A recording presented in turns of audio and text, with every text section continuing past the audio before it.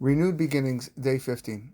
Every holiday we read a portion of the Torah that usually has to do with that particular holiday. On Pesach we read about the Exodus of Egypt, about the Korban Pesach. On Shavuot we read about Matan Torah and Har Sinai. What do we read on Rosh Hashanah? We don't read about the fear of judgment or about God being the king of the world.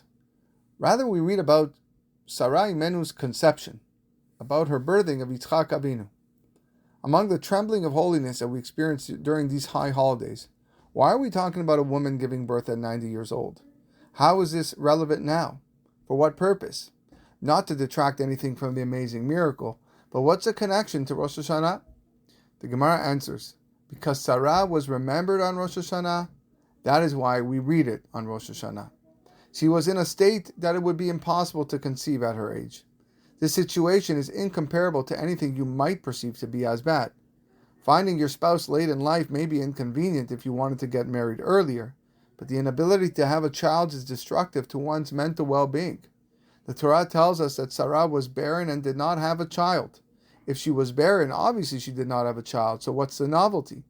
The rabbis explain that she didn't even have a uterus that could hold a child, and the fact that she was 90 years old, all hope was lost.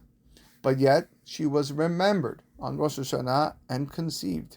We read this on Rosh Hashanah to teach the congregation, the tzibur. Now, during Kiryat Torah, we're not talking about shofar or Hashem's reign. We're talking about flipping a total 180, a new life. She was a newborn, almost like Techiyat HaMetim. Her body became young again. No more wrinkles, smooth skin. Sarah was saved at the last moment and was zochah to give birth to one of the forefathers of the Jewish people. Even Yitzchak was zocheh to Techiyat HaMetim, as the name Yitzchak can be divided into Ketz Chai. He died at the Akedah and came back alive with a new male neshama. In fact, 3 women were remembered on Rosh Hashanah to have children: Sarah, Rachel, and Hannah.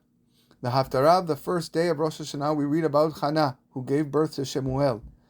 This man was equal to Moshe and Aharon, according to the Gemara, and David HaMelech in Tehillim. So now we tell everyone, listen well, open the window of opportunity. The time is now. Hannah, like Sarah, also didn't have a uterus, but Hashem can perform wonders for anyone at any time. We'll touch back on this next time. I'll meet you tomorrow.